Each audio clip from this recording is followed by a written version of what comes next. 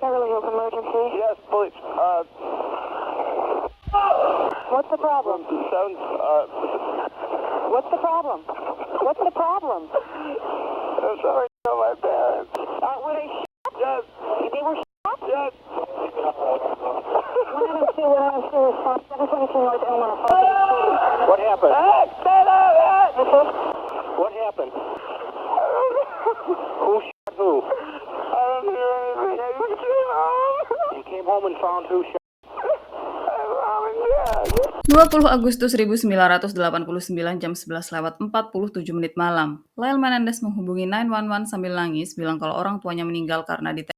Setelahnya kasus berjalan dengan sangat mengejutkan karena Lyle dan adiknya yaitu Eric dinyatakan sebagai pelakunya. Ini adalah kasus yang sangat terkenal. Aku percaya kalau sebagian besar dari kalian udah pasti tahu mengenai kasus ini, apalagi beberapa waktu lalu Netflix juga keluarin series mengenai kasus ini yang meskipun agak-agak beberapa hal nggak sesuai dengan yang terjadi, tapi udahlah ya.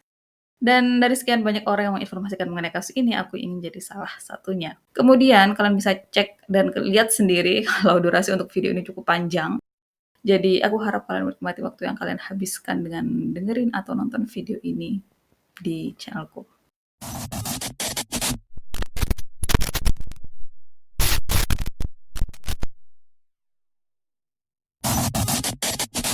Kasus ini dimulai dari kelahiran Jose Enrique Menendez, ayah dari dua bersaudara Menendez. Jose lahir pada 6 Mei 1944 di Havana, Kuba dari pasangan Jose Francisco Menendez dan Maria Carlota Lanio Navarro. Jose punya dua kakak perempuan yaitu Marta dan Teresita. Ayah Jose adalah mantan bintang sepak bola yang tim sepak bolanya memenangkan kejuaraan, sementara ibunya adalah atlet renang yang juga memenangkan kejuaraan. Yang setelah pensiun sebagai atlet, ayah Jose mendirikan firma keuangan. Kemudian meskipun udah nggak menggeluti dunia olahraga lagi, tapi orang tua Jose sangat memperhatikan kemampuan berolahraga anak-anaknya. Beruntungnya untuk Jose, dia lahir dengan bakat alami sebagai atlet, dan seolah-olah nggak mau hanya bergantung dalam bidang olahraga, Jose juga kemudian pandai secara akademis. Jadi sebagai seorang anak, Jose cukup membanggakan untuk orang tuanya. Jose dikenal sebagai sosok yang tampan, berkarisma, berbakat, tapi minusnya dia juga pembuli. Dan sebenarnya nggak terlalu mengejutkan untuk anak-anak seperti Jose yang tumbuh dalam keluarga berkecukupan, jadi anak kesayangan orang tuanya terutama ibunya bisa memenuhi harapan orang tuanya entah dalam atletik ataupun akademis. Nggak terlalu mengejutkan untuk anak-anak seperti itu jadi pembuli, dan begitulah Jose. Tahun 1960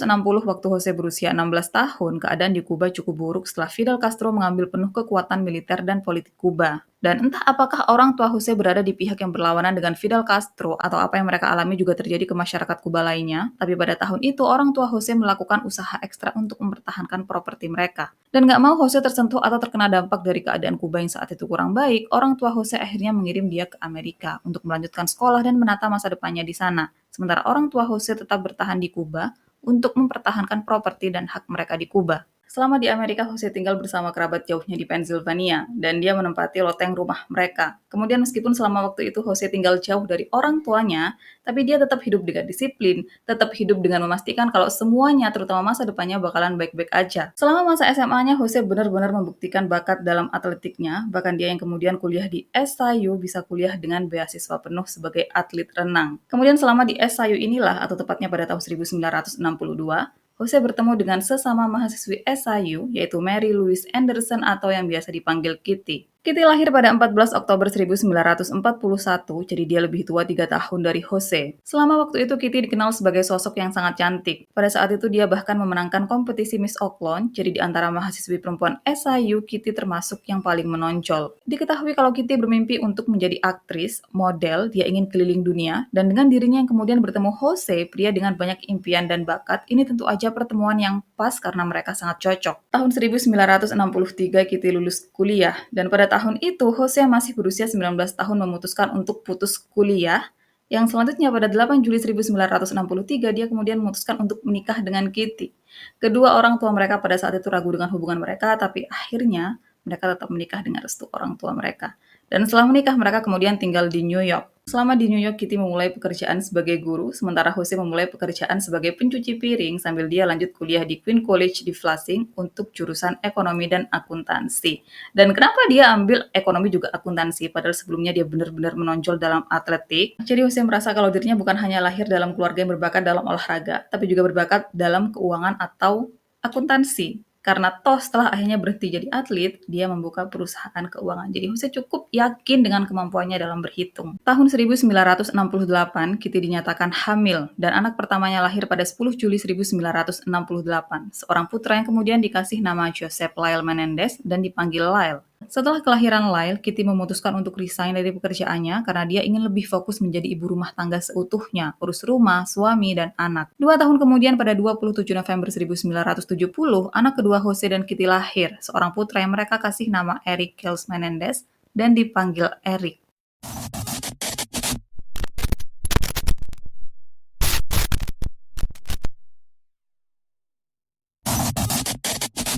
Nggak lama setelah kelahiran Eric, Jose yang adalah seorang kepala keluarga, dia adalah satu-satunya yang bekerja di rumahnya. Dia yang harusnya cukup berfokus pada pekerjaannya saat itu, dia yang harusnya nggak memikirkan untuk berpindah profesi. Justru pada saat itu, Jose berpikir untuk berpindah profesi, dan itu pun perpindahan yang cukup ekstrim.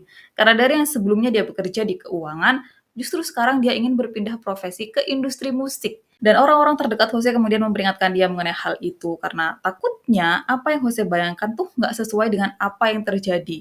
Apalagi dia adalah satu-satunya yang bekerja, kalau seandainya gagal, gimana anak sama istrinya? Itu yang orang-orang pikirkan. Tapi untuk Jose, dia sama sekali nggak takut dengan semua omongan-omongan itu. Dia benar-benar percaya dengan dirinya sendiri kalau dia mampu untuk hidup lebih baik dari industri musik. Dan Jose membuktikan hal tersebut. Dia bahkan kemudian menjadi eksekutif di RCA Record, di mana perusahaan tersebut banyak menaungi grup band terkenal yang dua di antaranya adalah Duran Duran dan Menudo. Jose kemudian membawa keluarganya pindah ke Princeton, New Jersey. Mereka meninggali sebuah rumah seharga jutaan dolar. Jose juga menyekolahkan anak-anaknya di Princeton Day School, sekolah swasta yang benar-benar mahal, salah satu yang terbaik, sekolah untuk orang-orang kalangan atas, dan baru anaknya masuk sekolah dasar Princeton, Jose udah menargetkan kalau nantinya mereka harus kuliah di Princeton University. Tahun 1986, lagi-lagi Jose membuat pilihan ekstrim mengenai karirnya. Dia yang sebelumnya ada di industri musik, sekarang ingin berpindah ke industri film. Dan untuk seseorang yang sangat ambisius, industri film yang paling terbesar tentu aja adalah Hollywood, dan Jose ingin masuk Hollywood. Kemudian sebenarnya di sini Kitty cukup khawatir karena perusahaan tempat Jose bergabung untuk dirinya bisa masuk ke Hollywood adalah Live Entertainment, sebuah perusahaan baru yang pada saat itu mengalami kerugian sebesar 20 juta dolar.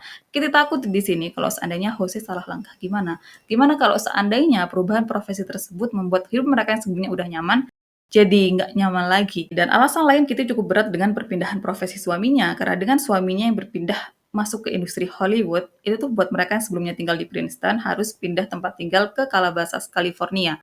Dan Kitty kurang suka dengan perpindahan tersebut karena dia merasa kalau dengan mereka tinggal di Princeton itu tuh lebih berkelas. Kemudian dirinya juga udah membangun hubungan pertemanan di sana. Kemudian rumah yang mereka tinggali di Princeton adalah rumah impiannya. Meskipun rumah yang mereka tinggali di Calabasas juga adalah sebuah rumah mewah yang bahkan dibangun di atas lahan seluas 14 hektar. Tapi untuk Kitty dia nih lebih nyaman tinggal di Princeton. Tapi apalah arti juga suara Kitty dibanding keinginan dan ambisinya Jose? Mereka akhirnya tetap pindah ke Hollywood.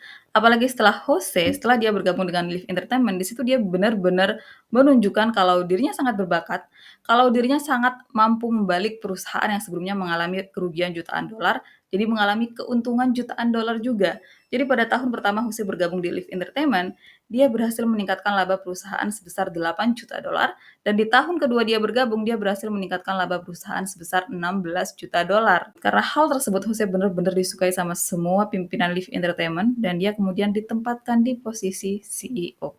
Yang dari situ, kehidupan nyaman keluarga Menendez makin bertambah.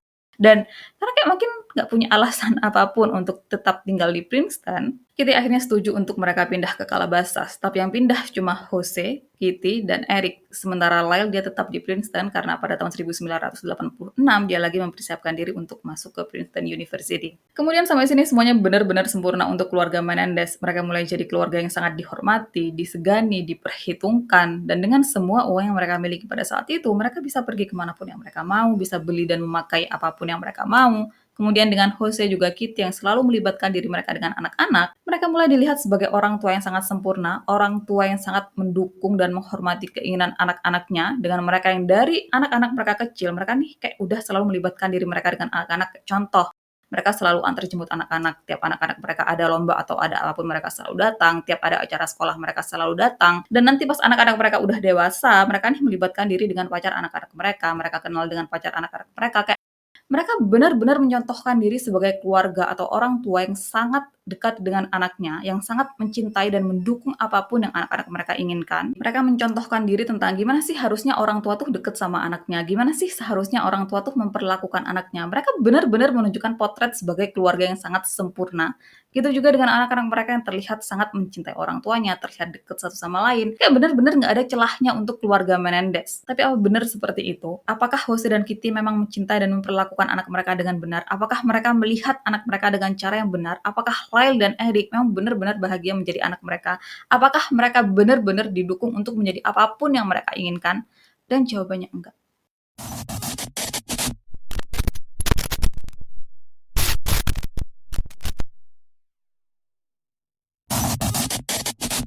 Mengenai ketidaksempurnaan keluarga Menendez yang tersembunyi di balik pintu rumah mereka, kita bakalan bahas satu-satu, orang per orang, dan kita mulai dari Jose. Jadi selama waktu itu Jose dikenal sebagai orang yang sangat kuat, penuh ambisi, sangat mengejar kesempurnaan, ingin jadi yang terbaik dari yang terbaik, dan dia nggak peduli caranya gimana, kalau dia udah ingin sesuatu, meskipun itu caranya salah, meskipun itu merugikan orang lain, dirinya akan tetap melakukan hal tersebut demi keuntungannya. Dan meskipun dia disukai sama banyak atasan karena menghasilkan banyak keuntungan untuk mereka, tapi untuk rekan kerja, terutama bawahannya, terutama lagi bawahannya yang berjenis kelamin perempuan, nggak ada satupun dari mereka yang suka sama Jose, bahkan mereka terkesan benci sama Jose. Jadi untuk rekan bisnisnya, Jose bakalan melakukan cara-cara kotor, cara-cara yang licik untuk menjatuhkan mereka, atau untuk melakukan apapun yang menguntungkan dirinya meskipun itu harus merugikan rekan bisnisnya. Sementara untuk bawahannya, dia nggak disukai karena dirinya sangat menuntut kesempurnaan, yang salah sedikit aja, itu bawahannya bakalan langsung dipecat. Kemudian untuk bawahannya yang berjenis kelamin wanita, Jose bakalan sering godain mereka. Dia sangat membuka kemungkinan perselingkuhan. Dan beberapa orang kemudian berselingkuh dengan Jose. Tapi selingkuhan Jose bukan cuma di kantornya. Jadi ada seseorang yang kemudian sering mensuplai perempuan ke Jose. Dan di luar itu, Jose punya selingkuhan lain yang bernama Luis, yang hubungannya dengan Luis berlangsung selama 8 tahun. Dan meskipun Jose memiliki banyak selingkuhan yang salah satunya adalah Luis, tapi Jose sama sekali nggak memiliki pemikiran untuk menceraikan Kitty. Kemudian makin Jose sukses, dia nih makin menyembunyikan fakta kalau dirinya berasal dari Kuba dan dirinya bukan lulusan Ivy League. Untuk alasan kenapa Jose menyembunyikan fakta kalau dirinya berasal dari Kuba nggak diketahui, tapi untuk Ivy League, jadi pada saat itu Jose malu sama teman-temannya karena di antara teman-temannya dirinya adalah satu-satunya yang bukan lulusan Ivy League. Makanya dia nih kayak bener-bener berambisi untuk anak-anaknya nanti pas mereka kuliah, mereka harus kuliah di Princeton. Sementara untuk Kitty, kita bakalan mulai dari hubungannya bersama Jose. Jadi Kitty dikenal sangat mencintai, memuja, bahkan terobsesi dengan suaminya sendiri. Dan awalnya dia sama sekali nggak tahu mengenai perselingkuhan Jose, tapi pada tahun 1981, waktu dia tahu kalau Jose berselingkuh, dia kemudian pergi dari rumah. Jose kemudian berusaha untuk cari Kitty, dan setelah ketemu dia berusaha membujuk Kitty untuk balik ke rumah mereka. Entah rayuan atau permohonan maaf apa yang Jose ucapkan ke Kitty, tapi Kitty akhirnya bersedia untuk balik. Tapi pada saat itu, orang-orang terdekat mereka menginformasikan kalau sebenarnya Jose sama sekali nggak berusaha membuat Kitty kembali karena dia menginginkan Kitty atau dia mencintai Kitty, tapi dia melakukan hal tersebut demi anak-anak mereka. Dan meskipun Kitty udah menunjukkan kemarahan sampai segitunya, dan Jose juga kemudian akhirnya berusaha membujuk Kitty untuk balik, tapi setelahnya Jose tetap berselingkuh. Kemudian pada tahun 1986, waktu Kitty akhirnya tahu kalau Jose berselingkuh dengan wanita bersama Luis, yang hubungan mereka udah berlangsung selama bertahun-tahun, di situ Kitty benar-benar sakit hati. Kalau sebelum-sebelumnya dengan perselingkuhan Jose, dia akhirnya lari ke obat, lari ke minuman. Setelah dia tahu mengenai perselingkuhan Jose dengan Luis, dia mulai mencoba untuk menghilangkan nyawanya sendiri. Bahkan pernah satu kali, Kitty dibawa ke rumah sakit karena dia overdosis obat-obatan. Kemudian untuk anak-anak Menendez, mereka yang di luar pintu rumahnya kelihatan sebagai anak-anak yang sangat bahagia, anak-anak yang sangat dicintai oleh orang tuanya, di balik pintu rumahnya mereka nggak seperti itu. Untuk hubungan antara Lyle dengan Kitty, bisa dibilang itu nggak terlalu baik. Jadi sejak Lyle berusia 6 atau 7 tahun, Kitty selalu bilang sama Lyle kalau sebenarnya Kitty nggak ingin melahirkan Lyle, nggak ingin hamil, nggak ingin jadi ibu. Semuanya terpaksa karena Jose. Jadi keputusan Kitty untuk menjadi ibu rumah tangga, itu tuh sebenarnya sama sekali bukan keinginan Kitty, tapi itu adalah paksaan Jose. Pada saat itu Jose kasih pilihan ke Kitty, antara Kitty resign dari pekerjaannya dan menjadi ibu rumah tangga seutuhnya dengan melahirkan dan menjaga anak-anak mereka, atau bercerai. Dan dengan Kitty yang sangat mencintai Jose, tentu aja dia memilih untuk mengakhiri karirnya. Yang setelah Jose berselingkuh, Kitty yang stres, dia mulai lari ke obat-obatan, ke minuman, dia juga kemudian mulai menyalahkan anak-anaknya dengan karirnya yang mandek. Dia bilang kalau gara-gara kalian, aku nggak bisa berkarir. Padahal saat itu menurut Kitty, dia nih pengen bekerja, pengen jadi wanita karir, pengen memiliki pendapatan tahunan kurang lebih sekitar $50.000 yang menurut dia semuanya tuh lenyap, hilang gara-gara anak-anaknya. Padahal sebenarnya itu adalah pilihan Kitty sendiri ya kan. Kalau dia memang pengen jadi wanita karir dan nggak pengen hamil, nggak pengen punya anak, kenapa dia harus nikah dengan laki-laki yang ingin punya anak? Kalau dia ingin menikah tanpa ingin memiliki anak, dia seharusnya menikah dengan laki-laki yang juga punya pemikiran seperti itu. Atau kalau dia udah kepalang basah nikah sama Jose dan Jose ingin memiliki anak, ya kenapa dia nggak berani bilang sama Jose untuk nggak memiliki anak? Atau kenapa saat itu dia mengambil pilihan yang kemudian dia menyalahkan anak-anaknya atas hal tersebut. Dan Kitty sama sekali nggak menutupi ketidaksukaannya sama anak-anak. Dia cukup terang-terangan mengenai hal tersebut. Contoh, dulu kan waktu mereka kecil, Kitty yang bertugas untuk antar jemput mereka ke sekolah. Nah, Kitty ini sering banget telat untuk jemput mereka ke sekolah. Yang telatnya tuh benar-benar telat sampai berjam-jam, yang bahkan anak-anak tersebut harus duduk di depan sekolah mereka sampai malam untuk nungguin Kitty yang jemput mereka. Dan Kitty juga melihat anak-anaknya sebagai pesaing karena dia merasa kalau gara-gara anak-anak tersebut, dirinya kehilangan cinta suaminya. Sementara untuk Jose, dia kan adalah sosok yang sangat berambisi, harus jadi yang terbaik dari yang terbaik, dan hal ini bukan cuma Jose tekankan ke dirinya sendiri, tapi juga ke anak-anaknya. Jadi Jose nggak izinin anak-anaknya untuk punya teman karena itu bisa mengganggu fokus mereka dan buat mereka kesulitan untuk bersaing. Kemudian Lyle dan Eric harus unggul di sekolah, entah dalam hal-hal akademis atau non-akademis, terutama olahraga. Jadi mereka harus berolahraga dengan serius, mereka nggak boleh berolahraga untuk bersenang-senang, mereka berolahraga untuk jadi atlet. Tiap hari mereka bakalan latihan renang, sepak bola, tenis, bener-bener setiap hari, bahkan di hari Minggu sekalipun mereka harus tetap latihan. Kemudian waktu mereka berusia 9 dan 12 tahun, mereka berdua disuruh milih antara olahraga-olahraga tersebut. Fokusnya tuh kemana, maunya tuh kemana. Dan lagi-lagi atas desakan juga pilihan ayahnya, mereka akhirnya memilih tenis. Yang beruntungnya di sini mereka berdua, terutama Eric, benar-benar jago di tenis. Untuk selanjutnya, Jose bukan cuma masukin mereka ke kelas tenis, tapi juga panggil pelatih tenis profesional untuk melatih mereka, terutama Eric. Kemudian dengan mereka yang udah dilatih sama pelatih profesional, kalau kalian pikir udah Jose nggak bakalan ikut campur lagi, Jose nggak bakalan ngerecokin olahraga atau latihan anak-anaknya, kalian salah besar. Jadi meskipun udah dilatih sama pelatih tenis profesional, Jose nih tetap ikut campur di situ. Tiap hari dia bakalan telepon sebanyak 5 kali untuk menanyakan perkembangan anaknya dalam tenis. Kayak bisa dibayangin, setiap hari 5 kali ditanya, udah perkembangannya ini sejauh mana? Gila nggak? Setiap hari 5 kali coba. Salah satu mantan pelatih tenis mereka bahkan menyatakan kalau Jose benar-benar ayah yang sangat buruk karena dia sama sekali nggak mengizinkan anak-anaknya untuk bersuara, untuk mengemukakan apa yang mereka inginkan. Semuanya harus atas perintah Jose. Bahkan pas mereka latihan, Jose tuh bakalan kayak, harusnya tuh begini, harusnya tuh begitu. Dia benar-benar mengontrol semuanya. Dia nggak izinin anaknya untuk melakukan apa yang mereka mau. Dia cuma melihat dari sudut pandang dirinya sendiri, kalau dirinya adalah satu-satunya yang benar, kalau semuanya harus berjalan sesuai dengan maunya dia. Dan mantan pelatih renang Lyle juga Eric, dia juga kemudian menyatakan kalau Jose terlalu mendominasi anak-anaknya, dan hal itu bukannya bikin mereka kuat, tapi buat mereka rendah diri. Karena anak-anaknya Jose kemudian merasa, terutama Eric, merasa kalau Jose sangat menuntut mereka, dan mereka sangat amat nggak bisa untuk sampai ke target yang Jose mau. Dan ini sebenarnya menurutku aja, jadi Lyle dan Eric, mereka berdua adalah anak seorang Jose Menendez, orang yang sangat penuh ambisius. Aku percaya kalau sebenarnya mereka berdua juga punya hal yang mereka inginkan. Kalau sebenarnya mereka juga ambisius dalam sesuatu hal yang mereka inginkan, tapi sayangnya mereka sama sekali nggak diizinkan untuk mengejar apa yang mereka inginkan, karena mereka harus mengejar apa yang ayah mereka inginkan. Mungkin kalau seandainya mereka diizinkan untuk mengejar apa yang mereka inginkan, kayak Jose yang dulunya diizinkan untuk melakukan apapun yang dirinya inginkan oleh orang tuanya, mungkin Lyle dan Eric juga akan baik atau sempurna dalam apa yang mereka inginkan itu.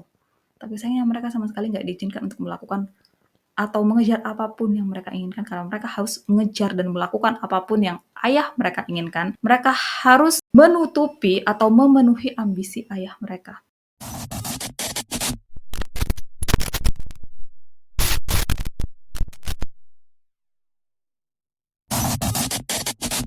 Hubungan Lyle dan Eric sangat dekat, bahkan meskipun nantinya waktu mereka udah dewasa, masing-masing dari mereka punya teman, mereka tetap nggak bisa jauh satu sama lain, mereka tetap lakuin semuanya bareng-bareng, saling bergantung, kayak cuma Lyle yang bisa mengerti Eric dan cuma Eric yang bisa mengerti Lyle. Dan makin dewasa, Lyle makin protektif sama Eric. Kemudian Lyle kan adalah anak pertama, dan seperti anak pertama pada umumnya, dia dituntut untuk jadi contoh dan panutan, untuk lebih sempurna dari saudaranya, untuk cepat sukses dan lebih sukses dari siapapun, untuk cepat dewasa, untuk bisa bertanggung jawab, kayak udah dituntut ini itu sebagai anak seorang Jose Menendez, tapi dia juga masih dituntut dengan banyak hal tambahan karena dirinya adalah anak pertama. Kemudian saking banyaknya tuntutan yang Jose lakukan ke Lyle, waktu Lyle berusia 14 tahun dia mulai mengalami stres, depresi, sampai akhirnya mengalami kebotakan. Dan Jose nggak bisa menerima kenyataan kalau putra pertamanya, tumpuannya, orang yang dia gadang-gadang akan meneruskan mimpinya, botak di usia 14 tahun. Jose malu tentu aja, dia berpikir kalau orang-orang pasti bakalan ngomongin ini, tampilan Lyle nggak bakalan sempurna lagi, dan dia merasa citra juga reputasi keluarganya bakalan hancur karena putranya botak. Setelahnya, Jose memaksa Lyle untuk memakai wig dan memastikan gak ada siapapun yang tahu mengenai hal tersebut. Selama beberapa waktu selanjutnya, Eric mulai bergaul dengan orang-orang yang salah. Dan gak lama setelahnya, dia mengajak Lyle untuk bergabung dengan teman-teman barunya ini. Kemudian teman-teman baru mereka suatu hari mengajak mereka untuk melakukan pembobolan di rumah teman mereka sendiri, yang kebetulan si pengajak ini tahu Sandy berangkas dari rumah yang mereka targetkan. Entah didorong rasa penasaran atau gimana, Lyle dan Eric akhirnya bersedia untuk bergabung melakukan pembobolan di rumah teman mereka sendiri, yang pada saat itu lagi kosong karena penghuninya lagi keluar. Jadilah suatu hari, di waktu yang udah direncanakan, mereka masuk ke dalam rumah tersebut. Mereka membuka brankas dari rumah teman mereka itu, dan mereka bukan cuma mengambil apa yang ada di dalam brankas, tapi mereka juga mengambil barang-barang berharga yang ada di dalam rumah. Setelah melakukan hal tersebut, Lyle dan Eric justru merasa puas, mereka merasa bahagia, mereka merasa adrenalin mereka terpacu di situ, dan mereka ingin melakukan hal itu lagi. Jadilah bersama teman-teman baru mereka yang lainnya, mereka melakukan pembobolan di beberapa rumah yang ada di sekitar lingkungan mereka. Setelah cukup melakukan pembobolan dengan orang lain, Lyle dan Eric akhirnya ingin melakukan hal tersebut berdua aja. Jadilah mereka balik ke rumah pertama yang mereka bobol dan mereka mengambil barang-barang berharga di sana yang nilai dari semua barang-barang tersebut adalah $100.000. Kemudian di pembobolan sebelumnya, mereka kan selalu berhasil melarikan diri, mereka nggak pernah tertangkap. Tapi di pembobolan terakhir mereka itu, yang mereka melakukan hal tersebut berdua, mereka tertangkap karena salah satu teman mereka yang sebelumnya melakukan pembobolan bersama justru melaporkan mereka ke polisi. Waktu ditanya kenapa dia melaporkan Lyle dan Eric ke polisi, dia bilang kalau dirinya kesel karena di pembobolan tersebut dirinya nggak diajak sama mereka berdua, makanya dirinya melaporkan perbuatan mereka berdua ke polisi. Setelahnya Lyle dan Eric ditangkap dan dibawa ke kantor polisi. Jose kemudian dihubungi dan di situ dia benar-benar marah sama mereka berdua, bukan marah karena mereka melakukan pencurian, tapi marah karena mereka ketahuan bahkan sampai ditangkap oleh polisi. Jadi dalam ajaran Jose, kamu boleh melakukan hal buruk apapun, seburuk apapun itu kamu boleh melakukan hal tersebut, asal kamu nggak boleh ketahuan, asal hal tersebut ada di bawah kendalimu, asal hal tersebut ada di bawah kontrolmu, kamu boleh melakukan apapun. Dan dengan mereka melakukan pencurian kemudian ketangkap, itu benar-benar buat Jose kecewa sama mereka berdua. Kenapa kalian sebodoh itu? Kenapa kalian bisa-bisanya sampai ketangkap? Jose akhirnya melakukan apapun dengan uang yang dia miliki untuk mengeluarkan anaknya dari jerat hukum. Dia membayar biaya ganti rugi atas semua barang yang anaknya curi. Dia juga membayar biaya tambahan sebesar $11.000. Dan meskipun udah mengeluarkan uang sebanyak itu, tapi anak-anaknya masih belum benar-benar bisa keluar dari jerat hukum. Masalahnya adalah pada saat mereka melakukan pencurian, Lyle udah masuk usia dewasa sementara Eric belum. Jadi meskipun Jose udah berjuang mati-matian, satu-satunya yang bisa keluar dari masalah hukum dengan mudah adalah Eric, sementara Lyle enggak. Padahal saat itu Lyle lagi berjuang untuk masuk ke Princeton, ke Universitas Impian Jose, dan dirinya nggak mau kalau gara-gara hal tersebut anaknya gagal masuk Princeton. Jadilah kemudian diputuskan kalau Eric yang akan menjadi satu-satunya penanggung jawab atas masalah tersebut. Dan benar aja waktu Eric menjadi satu-satunya orang yang dinyatakan bersalah atas hal tersebut, hukuman yang dia terima cuma sekedar layanan masyarakat dan dia harus menjalani terapi. Sementara Lyle yang kemudian dinyatakan nggak bersalah dan nggak terlibat dalam hal tersebut, kemudian bisa melanjutkan fokusnya untuk masuk ke Princeton. Di momen inilah saat pengadilan memutuskan kalau anak-anak Menendez harus menjalani terapi, Kitty kemudian menghubungi beberapa kenalannya dan disitulah dia kemudian dikenalkan dengan seorang psikolog bernama Dr. L. Jerome Ozil. Kemudian setelah kejadian ini mereka pindah ke Beverly Hills ke sebuah rumah besar bergaya Mediterania seharga $4 juta. Rumah tersebut dilengkapi dengan 6 kamar tidur, lapangan tenis, kolam renang, guest house, dan rumah ini benar-benar terkenal karena pernah ditinggali oleh Michael Jackson, Elton John, dan seorang pangeran Arab. Di waktu yang hampir bersamaan, pada tahun 1987, Lyle berhasil masuk Princeton setelah mendaftar untuk kedua kalinya. Jadi pendaftaran pertama dia lakukan pada tahun 1986, tapi ditolak. Dan kedua kalinya di 1987 yang akhirnya diterima. ke universitas impian Jose. Setelah ini Jose merasa kalau semuanya udah sempurna, nggak ada lagi yang perlu dikhawatirkan, pelan-pelan anaknya bakalan mampu mewujudkan impiannya. Tapi sayangnya, apa yang Jose bayangkan jauh dari kenyataan. Jadi alasan Lyle masuk Princeton bukan karena nilai akademiknya bagus, tapi karena dia adalah seorang anak Jose Menendez, yang Jose nih diketahui sering menyumbang sejumlah besar uang ke Princeton, juga karena kemampuan bermain tenis Lyle. Jadi meskipun pada saat itu bisa dibilang Lyle masuk karena dia memiliki uang dan anak seorang Jose Menendez, tapi di sisi lain dia juga berhasil masuk karena kemampuan bertenisnya. Kemudian saat Lyle kuliah, dia ambil jurusan bisnis, jurusan yang sama sekali dia nggak suka, dia ambil itu jurusan karena dipaksa oleh ayahnya, atas perintah ayahnya. Dan apa dampaknya dengan dirinya dipaksa untuk belajar sesuatu yang dirinya nggak suka? Jadi kita flashback sebentar, dulu waktu dia masih sekolah, yang kerjain kerjaan rumahnya itu adalah ayahnya, karena Jose merasa kalau pekerjaan rumah Lyle kurang sempurna, makanya dia yang kerjain pekerjaan rumah Lyle. Dan waktu Lyle akhirnya kuliah, dia masuk ke jurusan yang dia nggak suka, dia ketemu sama teman-teman yang benar-benar berkompeten, dan dirinya juga nggak berusaha untuk belajar sama sekali. Dampaknya tuh apa? Nilainya turun drastis. Bahkan pada saat itu Lyle diketahui sering nggak masuk kelas, dia benar-benar menunjukkan kalau dirinya memang nggak suka sama bisnis, dirinya nggak suka belajar bisnis, dan dirinya sama sekali nggak berusaha untuk belajar. Lyle kemudian bilang sama ayahnya kalau dia mau pindah ke UCLA atau Pennsylvania University. Dia juga ingin membuka dan memiliki restoran sendiri. Yang tentu aja semua itu ditolak sama Jose, karena Jose maunya Lyle tetap fokus di Princeton, kuliah bisnis. Kemudian di tahun pertamanya kuliah, pihak Princeton menyatakan kalau Lyle melakukan penjiplakan atas tugas temannya di lab psikologi. Dan waktu Jose dihubungi mengenai hal ini, dirinya sama sekali nggak berpikir kalau itu adalah masalah yang serius. Dirinya berpikir kalau seperti sebelum-sebelumnya, dirinya bisa menyelesaikan hal tersebut dengan uang. Jose akhirnya datang ke Princeton untuk menyelesaikan masalah anaknya dengan cara yang biasa dia lakukan sebelum-sebelumnya, menyelesaikan masalah dengan uang. Tapi di situ pihak Princeton sama sekali nggak bergeming. Mereka kasih Jose dan Lyle dua pilihan. Antara Lyle harus meninggalkan Princeton secara sukarela atau dia diskors selama 1 tahun. Dan karena Jose udah benar-benar berusaha keras untuk membujuk pihak Princeton tapi mereka tetap nggak bergeming, akhirnya mereka memilih untuk diskors selama 1 tahun. Kemudian selama 1 tahun nggak kuliah, Jose nggak mau kalau Lyle cuma ada di rumah habisin uang, nggak ngapa-ngapain. Akhirnya dia memaksa Lyle untuk bekerja di Live Entertainment bareng sama dirinya. Dan selama dirinya bekerja di Live Entertainment, Lyle sama sekali nggak menyembunyikan fakta kalau dirinya bekerja di situ atas dasar keterpaksaan. Jadi Lyle sering datang terlambat. Dia hampir nggak pernah mengerjakan pekerjaannya. Dia selalu melimpahkan pekerjaannya ke teman-temannya yang lain. Di kantor dia cuma jalan-jalan, ngobrol-ngobrol. Dia lebih dulu pulang untuk main tenis. Dan dengan semua hal yang Lyle lakukan itu, seorang karyawan kemudian memberanikan diri untuk ketemu sama Jose dan mengeluh tentang Lyle. Jose kemudian tanya sama karyawan tersebut, seandainya Lyle bukan anaknya, apa yang akan terjadi sama Lyle? Dan karyawan tersebut menjawab kalau Lyle pasti bakalan dipecat. Dan udah selesai di situ karir Lyle di Live Entertainment, dia kemudian dipecat. Dan di situ Jose benar-benar marah juga kecewa sama Lyle. Dia mikir kayak, ini anak kenapa sih? Kenapa nggak ada satupun hal yang berhasil di Lyle? Kenapa Lyle harus bersikap seperti itu? Padahal dia adalah anak pertama, orang yang akan dia banggakan, orang yang harus lebih sukses dari siapapun. Gitu juga dengan hubungan asmara Lyle yang selalu buat Jose kecewa. Yang pacaran sama pelayan restoran lah, pacaran sama cewek yang lebih tua, bahkan lebih tua 9 tahun. Berencana nikah di usia 19 tahun. Kayak Jose mikir ini anak kenapa sih? Kenapa semua hal gagal untuk Lyle? Kenapa dia nggak pernah memuaskan dirinya? Dan saat semua hal nggak berjalan dengan baik dalam hidup Lyle, justru kehidupan Eric mulai membaik sedikit demi sedikit. Jadi dengan dirinya yang rutin untuk pergi ke dokter Ozil untuk menjalani terapi, itu kemudian membuat keadaan mentalnya lebih baik. Dan pada saat itu, dirinya yang bermain tenis akhirnya berhasil menempati urutan ke-44 dalam kategori pemain tenis usia 18 tahun ke bawah.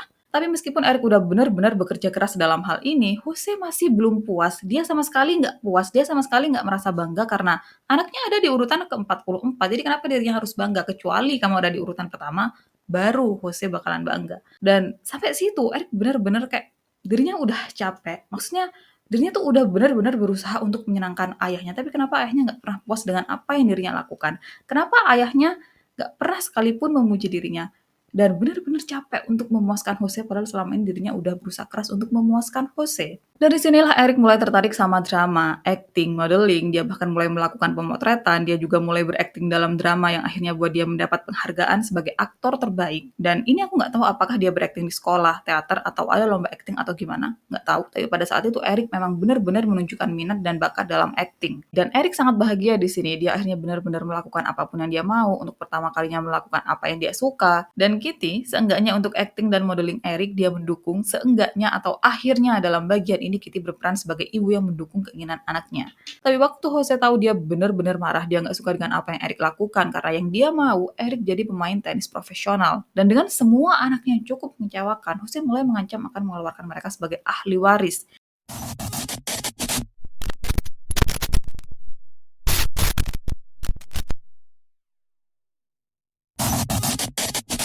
Beberapa minggu sebelum kejadian 20 Agustus, Kitty dan Lyle bertengkar. Dan puncak dari pertengkaran mereka, Kitty tarik wig-nya Lyle. Dan waktu dia melakukan hal tersebut, ada Eric di situ. Dan Eric benar-benar shock. Dia benar-benar kaget ngelihat kepala kakaknya yang botak. Sesuatu yang selama ini nggak dia tahu. Lyle dan Eric akhirnya ngobrol berdua, dan pelan-pelan Eric cerita sama Lyle kalau dari dirinya berusia 6 tahun sampai saat dirinya cerita ke Lyle tersebut, yang saat itu dirinya berusia 18 tahun, Jose melakukan sesuatu yang nggak seharusnya ke dirinya. Jose memperkosa dirinya. Eric cerita kalau dirinya udah minta Jose berhenti, tapi Jose mengancam akan dirinya, terutama kalau sampai Eric ceritain hal ini ke orang lain, apalagi ke Lyle. Dan Lyle benar-benar kaget di situ, bukan kaget karena ayahnya melakukan hal itu, tapi kaget karena ayahnya belum berhenti melakukan hal itu ke Eric. Dan disinilah akhirnya mereka berdua kayak saling terbuka mengenai apa yang terjadi. Jadi ternyata waktu Lyle berusia 6-8 tahun, Jose juga melakukan hal tersebut ke dirinya. Yang di satu momen waktu dirinya udah benar-benar nggak tahan, dirinya minta Jose berhenti dan Jose memang berhenti. Yang tanpa dirinya tahu sejak saat itu Jose melakukan hal tersebut ke Eric, yang bahkan apa yang Jose lakukan tuh lebih buruk dan lebih lama. Lyle baru mengetahui apa yang terjadi sama Eric waktu dirinya berusia 13 tahun. Dan di situ dia kemudian meminta ayahnya untuk berhenti melakukan hal tersebut ke adiknya. Yang Lyle pikir, karena sebelumnya waktu dirinya meminta Jose untuk berhenti melakukan itu ke dirinya, Jose benar-benar berhenti. Kali ini waktu dirinya meminta Jose berhenti melakukan itu ke Eric, Jose akan melakukan hal itu juga. Jose akan benar-benar berhenti. Tapi ternyata Jose nggak pernah berhenti melakukan hal tersebut yang baru dirinya ketahui saat Eric menceritakan hal tersebut di usia 18 tahun. Setelahnya Lyle datengin ayahnya, tapi apa yang bisa diharapkan dari anak yang udah disetir dari kecil, anak yang hampir nggak mungkin untuk melawan omongan orang tuanya. Jadi meskipun Lyle mendatangi Jose untuk membela adiknya, tapi dia datang dengan perasaan gugup, dengan perasaan khawatir dan ketakutan yang saking gugupnya dan saking takutnya dia melupakan apa yang bakalan dia omongin ke ayahnya, dia bawa kertas berisi catatan tentang apa yang bakalan dia ucapkan ke Jose. Waktu berhadapan dengan Jose dan akhirnya Lyle meminta Jose untuk berhenti melakukan itu ke Eric, Jose bilang kalau terserah akulah mau ngapain Eric, dia adalah anakku. Dan akhir dari pembicaraan mereka, Lyle kemudian bilang sama Jose, kalau Jose tetap melakukan itu ke Eric, dirinya akan melaporkan Jose ke polisi, dan dirinya juga bakalan bilang sama orang-orang tentang perbuatan Jose. Hal lebih mengejutkan terjadi beberapa hari sebelum kejadian 20 Agustus. Jadi pada saat itu, Eric yang benar-benar nggak tahan dengan semua perilaku ayahnya menuruni anak tangga sambil nangis. Kitty pada saat itu ada di rumah, dia lagi duduk di sofa sambil minum dan ngeliat Eric yang turun dari tangga sambil nangis. Dia kemudian tanya sama Eric, kamu kenapa? Eric kemudian bilang sama ibunya kalau dirinya nggak apa-apa, lagian kalau dirinya cerita, ibunya juga nggak bakalan ngerti. Dan disitulah Kitty kemudian bilang sama Eric, kamu pikir aku bodoh? Aku tahu semuanya. Dan Eric benar-benar nggak nyangka dengan gimana bisa ibunya tahu semuanya, tapi membiarkan hal itu terjadi. Selama ini dirinya pikir kalau seandainya ibunya tahu, dirinya bakalan diselamatkan, dirinya bakalan ditarik dari ayahnya. Dan selama waktu itu dirinya juga nggak cerita sama Kitty karena dirinya khawatir sama Kitty, karena Kitty udah punya banyak masalah, apalagi dengan perselingkuhannya Jose. Dirinya sama sekali nggak mau membuat ibunya khawatir, makanya dirinya nggak cerita. Tapi ternyata ibunya tahu dan membiarkan hal itu terjadi. Dan Eric tentu aja sakit hati dan tentu aja marah dan kecewa. Dia mulai melihat ibunya sebagai ayahnya. Mereka berdua sama sekali nggak berbeda. Nggak lama setelah kejadian tersebut, Eric telepon Lyle. Dan dia bilang sama Lyle kalau dirinya udah nggak bisa melakukan hal itu lagi. Dirinya benar-benar nggak tahan. Tapi dirinya nih nggak bisa keluar, nggak bisa pergi, nggak bisa lari dari ayahnya, nggak bisa melawan. Dirinya nih benar-benar butuh bantuan. Dirinya udah mulai berpikir untuk melukai dirinya sendiri. Dan setelah dia mengabarkan hal itu ke Lyle, 5 hari kemudian orang tua mereka meninggal.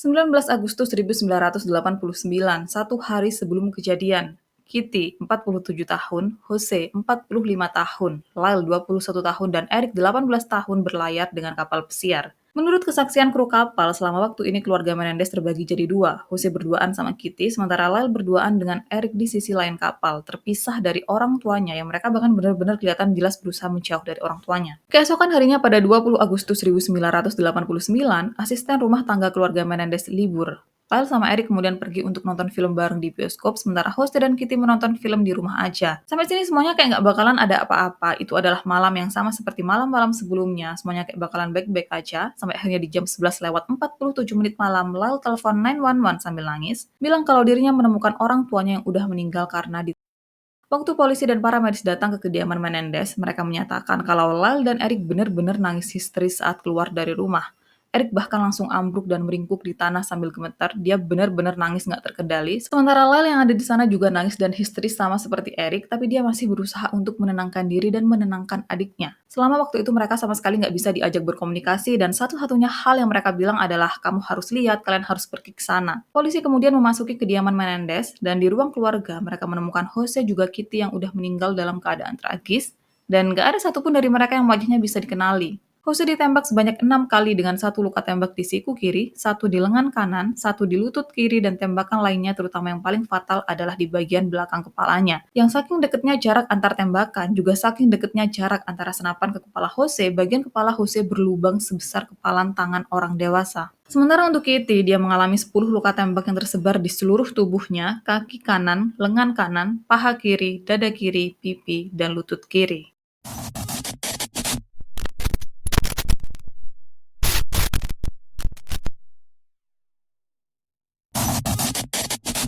Waktu Lyle dan Eric udah agak tenang dan bisa diajak berkomunikasi, mereka kemudian dimintai keterangan mengenai kejadian pada malam itu. Mereka menyatakan kalau malam itu mereka pergi ke bioskop untuk nonton License to Kill, tapi karena kehabisan tiket mereka akhirnya nonton Batman. Dan di tengah-tengah nonton film mereka balik ke rumah karena ada yang ketinggalan, dan disitulah mereka menemukan orang tua mereka yang udah meninggal. Waktu ditanya mengenai siapa orang yang mereka curigai bisa melakukan hal tersebut, mereka menyatakan kalau banyak yang nggak suka sama ayah mereka, terutama rekan-rekan bisnisnya, dan ayah mereka juga memiliki hubungan dengan banyak orang berbahaya termasuk mafia.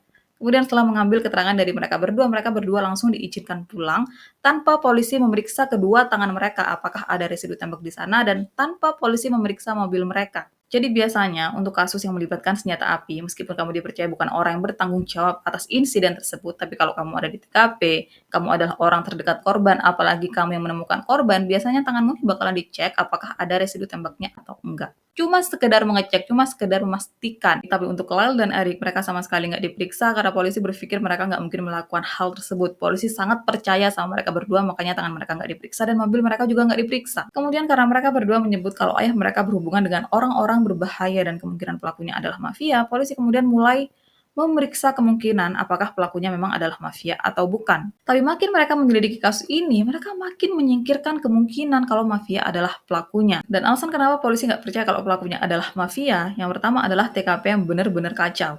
Jadi biasanya kalau mafia atau siapapun itu yang bekerja dalam bidang tersebut dan mereka mendatangi rumah seseorang untuk menghabisi seseorang di dalam rumah, biasanya mereka bakalan datang diem-diem terus melukai si korban atau target mereka di titik vital, ngebuat target mereka langsung meninggal saat itu juga, dan setelahnya mereka bakalan langsung pergi tanpa menimbulkan kekacauan lainnya. Tapi di kasus Jose sama Kitty kan nggak gitu. TKP benar-benar kacau, mereka benar-benar dilukai dengan sangat brutal, dengan sangat parah, yang biasanya itu nggak dilakukan sama seorang mafia atau orang yang bekerja dalam bidang tersebut. Kemudian alasan kedua yang buat polisi nggak percaya kalau pelakunya adalah mafia, Kitty yang meninggal dalam kejadian tersebut. Jadi biasanya kalau pelakunya memang adalah mafia dan mereka mendatangi rumah seseorang untuk menghabisi seseorang di dalam rumah, seseorang yang memiliki masalah dengan mereka, ya udah mereka cuma datang untuk menghabisi orang yang memiliki masalah dengan mereka itu. Mereka nggak akan menghabisi orang lain yang nggak ada kaitannya atau nggak ada masalah sama mereka. Tapi di kasus ini kan nggak, kita juga bahkan dihabisi dengan cara yang sangat parah, yang itu kayak seolah-olah si pelaku memiliki masalah pribadi dengan Jose dan Kitty. Setelahnya polisi mulai mengembangkan kemungkinan pelaku lain, dan pada saat itu fokus mereka ke pesaing bisnis Jose, juga ke seorang eksekutif film dewasa yang diketahui bermasalah dengan Jose. Tapi setelah dilakukan pemeriksaan, sama sekali nggak ada dari mereka yang terlibat dengan apapun yang terjadi sama Jose dan Kitty. Setelahnya polisi mulai memeriksakan kerja Jose yang diketahui kalau banyak dari mereka nggak suka sama Jose. Dan dari sekian banyak orang yang diperiksa tersebut, nggak ada satupun dari mereka yang memiliki kemungkinan adalah pelaku di kasus ini.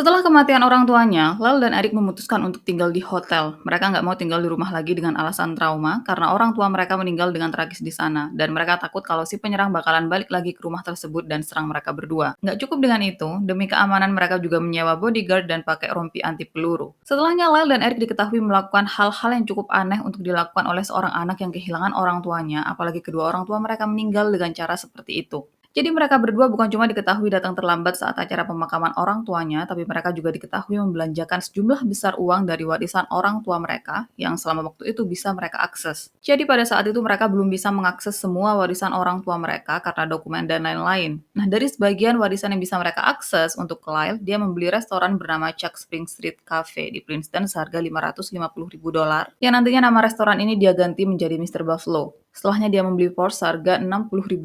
Setelahnya dia mendirikan perusahaan bernama Menendez Investment Enterprise yang karyawannya adalah teman-temannya di Princeton University.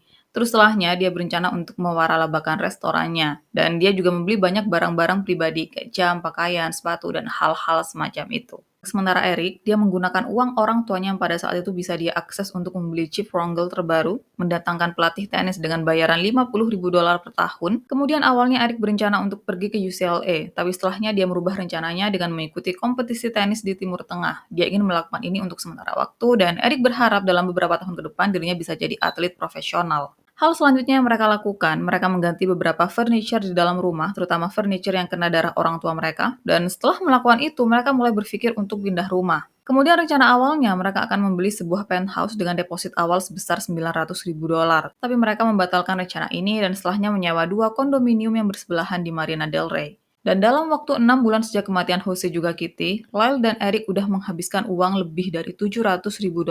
Untuk nilai uang saat ini mungkin kalian bisa kalikan 2 atau 3 kali lipatnya. Dan sebenarnya nggak ada masalah sama sekali untuk mereka menghabiskan uang sebanyak itu karena warisan mereka lebih dari itu. Jadi diperkirakan keluarga Menendez pada saat itu memiliki kekayaan sekitar $14 juta dan itu belum termasuk polis asuransi Jose juga Kitty sebesar $5 juta, belum juga termasuk rumah, tanah, gedung, saham, perhiasan, mobil, yang semua itu jumlahnya sangat banyak.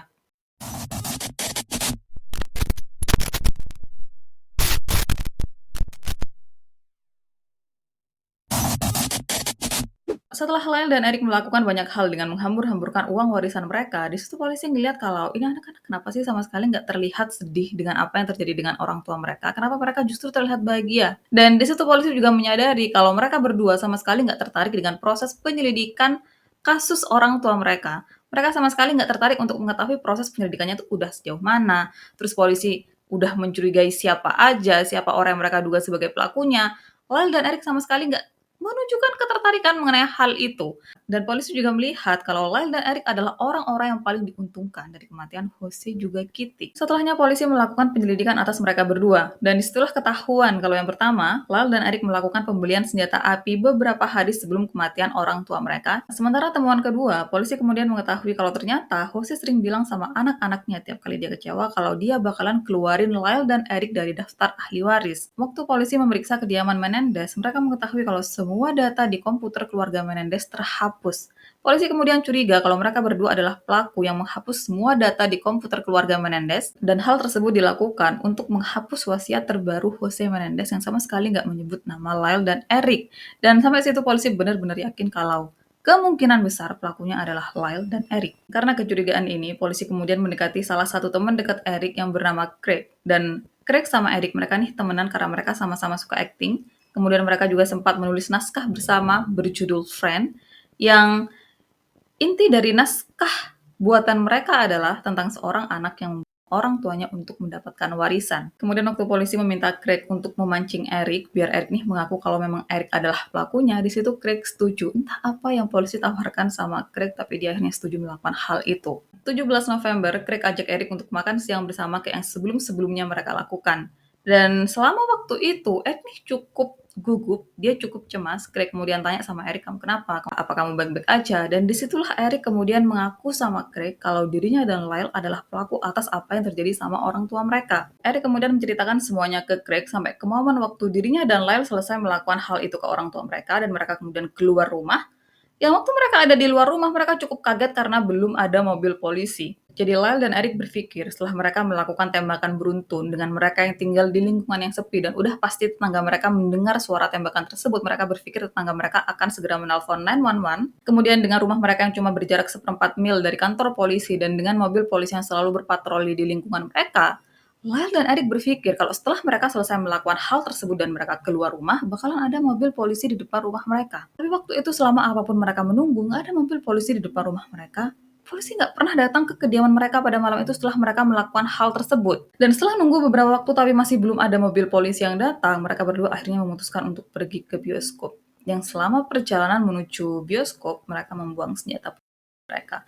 Dan nggak lama setelah mereka ada di bioskop, mereka kemudian balik lagi ke rumah yang di saat itulah pada jam 11:47 malam, lalu menelpon 911. Craig kemudian menginformasikan apa yang dirinya dengar dari Eric ke polisi. Tapi sayangnya di situ, Craig sama sekali nggak dilengkapi dengan alat perekam atau kayak penyadap. Dia sama sekali nggak dilengkapi dengan itu untuk pertemuan pertamanya dengan Eric. Jadi polisi kemudian meminta Craig untuk ketemuan lagi sama Eric dan memancing dia untuk membicarakan hal yang sebelumnya mereka bicarakan. Di pertemuan kedua, Craig mulai memancing Eric untuk membicarakan apa yang sebelumnya dia katakan mengenai dirinya dan Lyle. Tapi di situ Eric kayak, kamu nih ngomong apa sih? Kemarin aku cuma bercanda, mana mungkin aku melakukan hal itu sama orang tuaku. Jadi polisi kemudian nggak pernah mendapatkan bukti apapun dari Craig.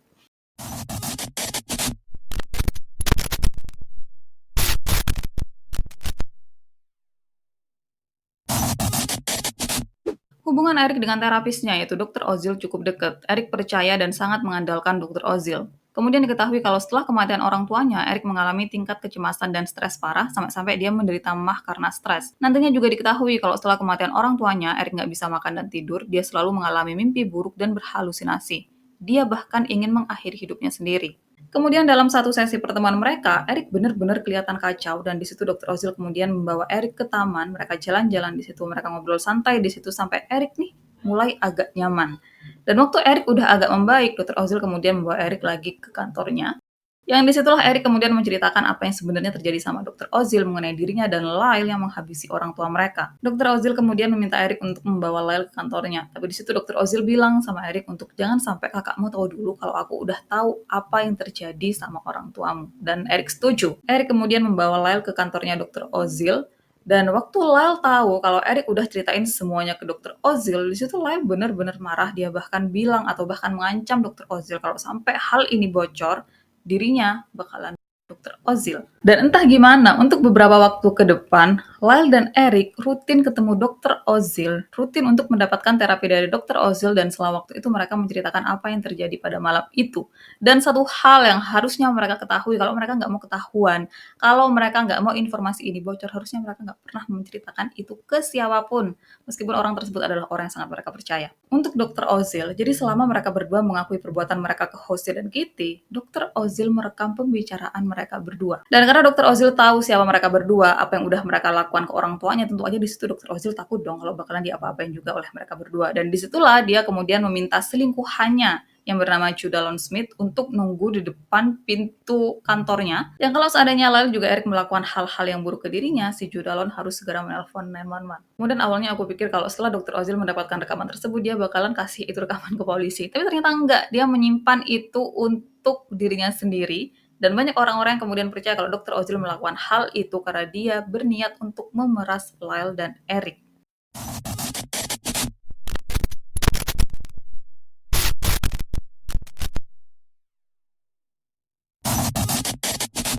Maret 1990, Judalon melaporkan tindak kekerasan yang Dr. Ozil lakukan ke dirinya. Dan untuk membalas dendam mengenai apa yang udah Dr. Ozil lakukan ke dirinya, Judalon juga bilang sama polisi kalau Dr. Ozil memiliki bukti rekaman yang bisa menunjukkan kalau Lyle dan Eric Menendez adalah orang yang menghabisi Jose dan Kitty Menendez. Polisi akhirnya datang ke kediaman Dr. Ozil, mereka memeriksa kediaman dan kantor Dr. Ozil, dan disinilah mereka mengetahui kalau Dr. Ozil memiliki brankas di salah satu bank. Ya, waktu polisi memeriksa isi brankas tersebut, di sanalah mereka menemukan rekaman pembicaraan Lyle dan Eric, di mana mereka berdua mengaku sebagai pelaku atas apa yang terjadi sama orang tua mereka. 8 Maret 1990, Lyle Menendez ditangkap di depan rumahnya saat akan pergi dengan mengendarai mobilnya. Sementara Eric yang saat itu ada di Israel untuk turnamen tenis dan diinformasikan mengenai hal ini, dia langsung histeris mengenai apa yang terjadi terutama tentang penangkapan kakaknya. Setelahnya Eric langsung terbang ke Miami untuk ketemu bibinya, dan disinilah bibinya meyakinkan Eric untuk menyerahkan diri. 11 Maret 1990, Eric terbang ke LA dan dia langsung menyerahkan diri.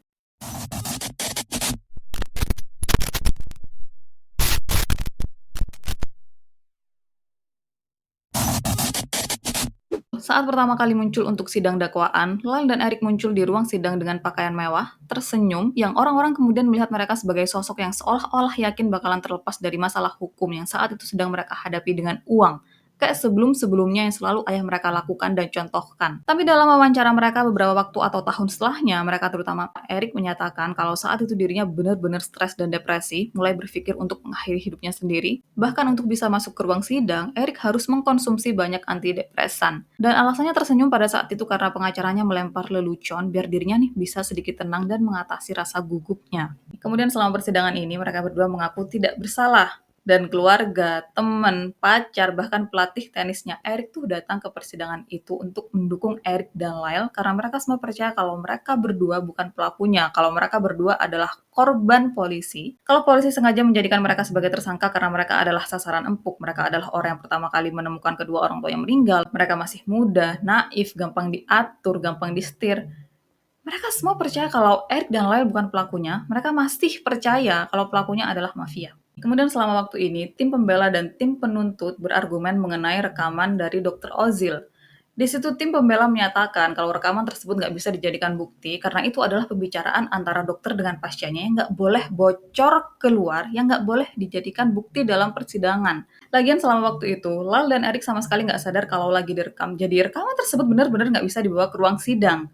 Sampai akhirnya Mahkamah Agung California menyatakan kalau 2 dari 3 rekaman tersebut bisa dijadikan sebagai bukti, bisa dibawa ke persidangan, karena Lyle yang melakukan ancaman ke Dr. Ozil, yang itu kemudian membuat kerahasiaan antara dokter dengan pasiennya hilang. Kemudian 2 dari 3 rekaman yang diizinkan untuk dibawa ke pengadilan, isinya mengenai mereka berdua yang mengaku sebagai pelakunya. Juli 1993, persidangan pertama mereka digelar, dan persidangan ini benar-benar jadi pemberitaan di mana-mana. Semua stasiun TV meliput kasus ini, kamera diizinkan masuk ke ruang sidang, dan persidangan disiarkan secara langsung. Kayak benar-benar semuanya tergambar dengan jelas, semua orang bisa nonton persidangan mereka. Dan dalam persidangan ini, Lyle juga Eric muncul dengan penampilan berbeda.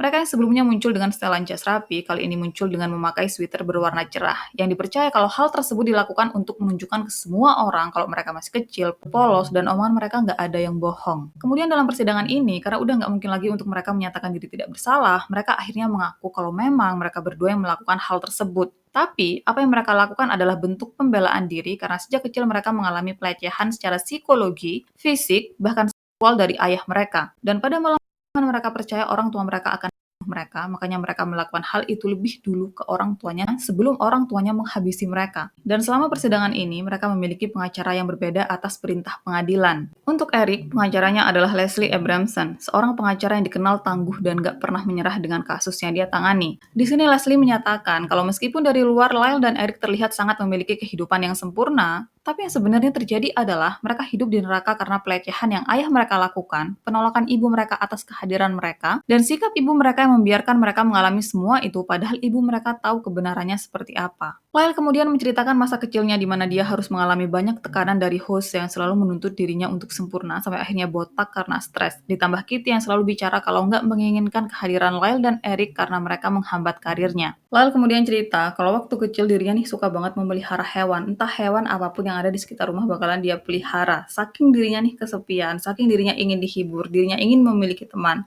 dirinya akhirnya memelihara hewan yang itu adalah penghiburan bagi dirinya. Tapi suatu hari, Jose kepala anjingnya Lyle dan dia taruh itu kepala anjing di dalam kulkas untuk Lyle lihat. Dan alasan Jose melakukan itu karena dia ingin memberi pelajaran ke anak-anaknya. Dan entah apa yang bisa dipelajari dari memenggal kepala hewan yang kamu suka, yang kamu sayang.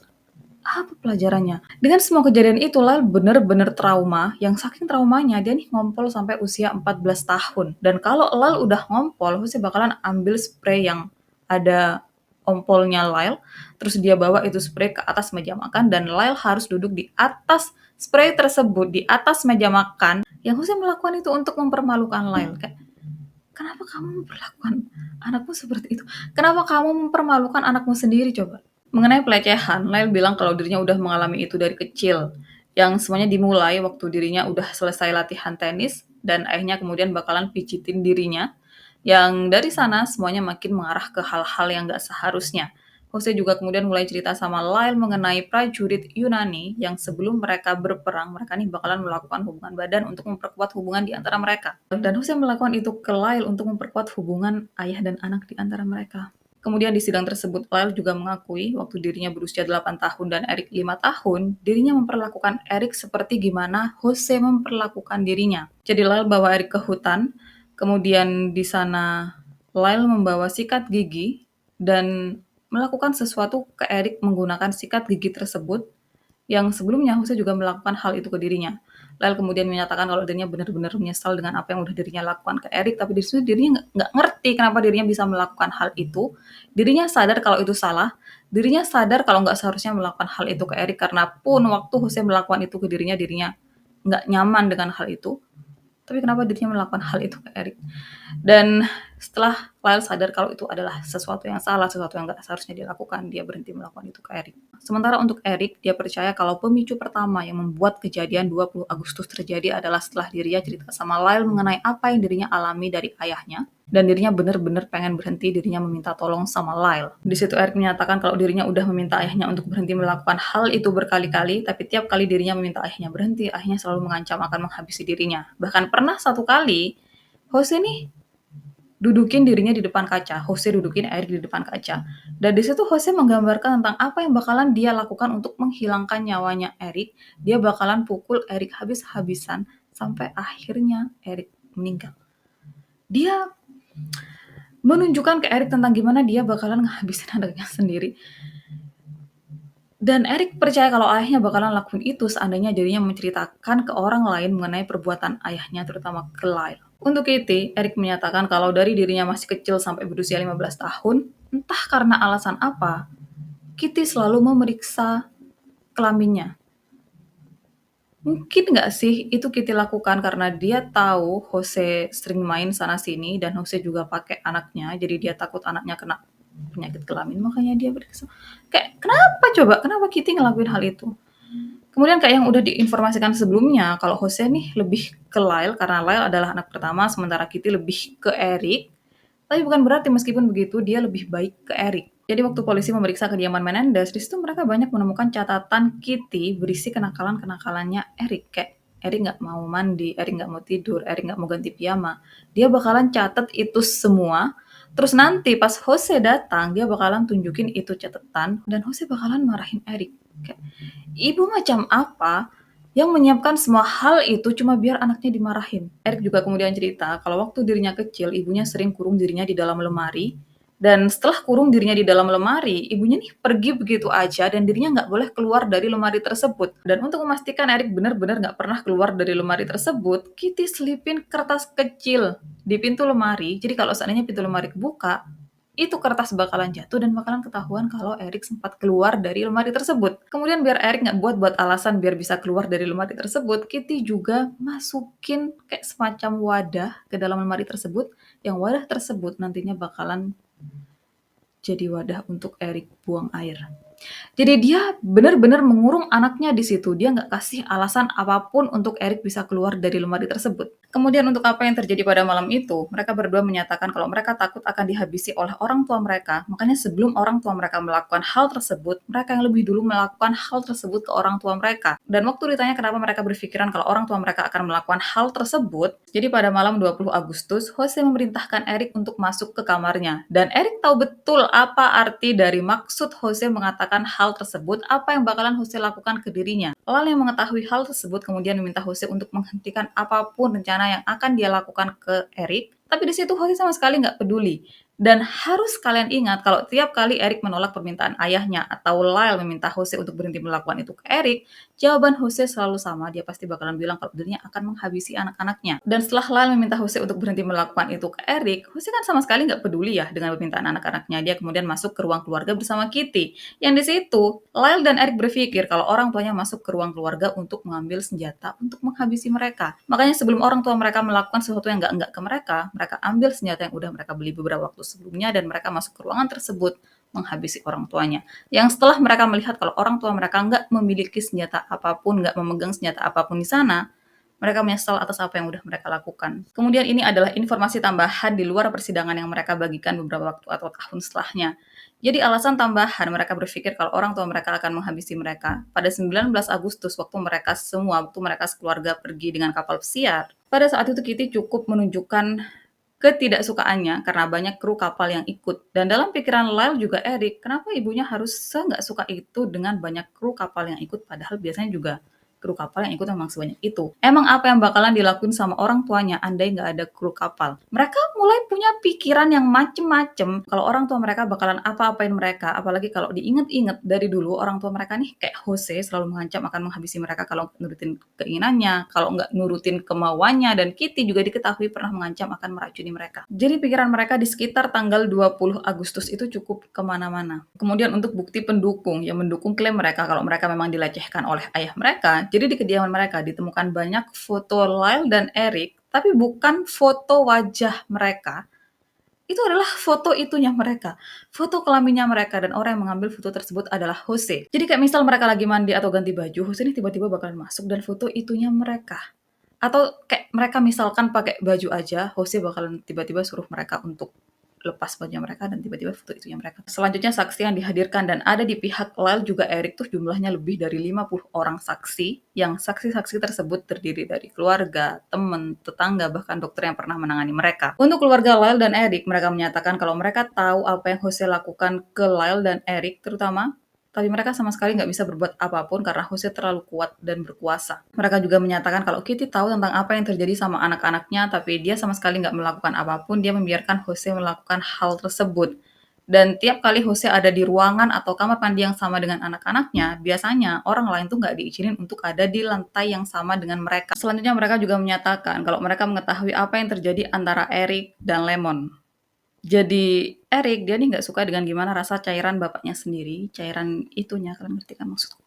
Dia nggak suka, jadi dia beberapa kali memasukkan kayu manis ke minuman juga makanan Jose. Jose yang akhirnya tahu dengan apa yang Erik lakukan, dia kemudian mulai memaksa Erik untuk mengkonsumsi lemon dengan jumlah yang sangat banyak untuk membuat lidahnya Erik keluh mati rasa, biar Erik mau menelan cairannya. Dan meskipun udah mengkonsumsi sebanyak itu, tapi nggak ada yang berubah karena itu tetap nggak enak buat Erik. Dan pernah satu kali kayak ada acara keluarga, Erik kemudian lihat ada lemon dan di situ dia kayak langsung nggak nyaman.